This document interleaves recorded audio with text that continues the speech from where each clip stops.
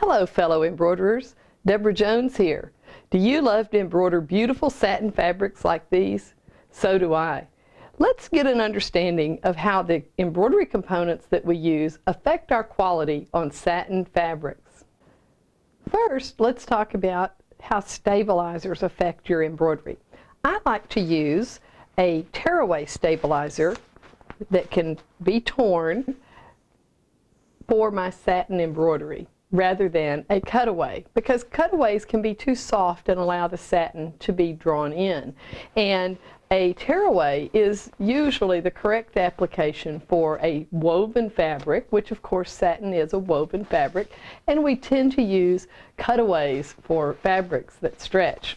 So this is how I like to hoop my satins for embroidery.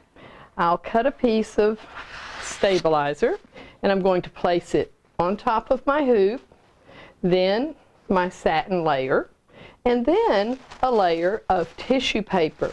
And a lot of tissue paper may have a shiny side and a matte side. Put the matte side toward the fabric if yours has that characteristic. Then I'm going to place the hoop right on top of all three layers.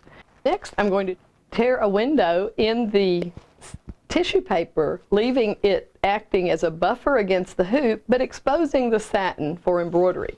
This will help protect against any rough edges that your hoop may have, as well as avoiding any hoop shine from the contact with the hard plastic hoop. Another way that you can avoid contact with the hoop is to wrap it with a cohesive tape that you can buy at the drugstore or the pet shop. It only sticks to itself, so it won't leave any residue on your satin.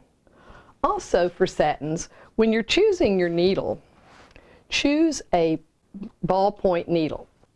The sharp needles that are used for sewing a seam in satin are intended to help get a very straight seam.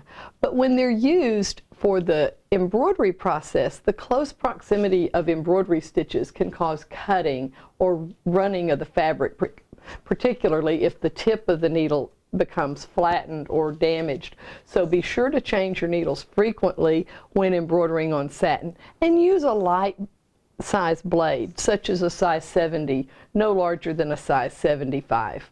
Remember, when embroidering on a synthetic satin made of polyester, that's going to dull your needle more quickly than an acetate satin, such as normally found in bridal satins. That's your stitches, technically speaking, tip for this issue.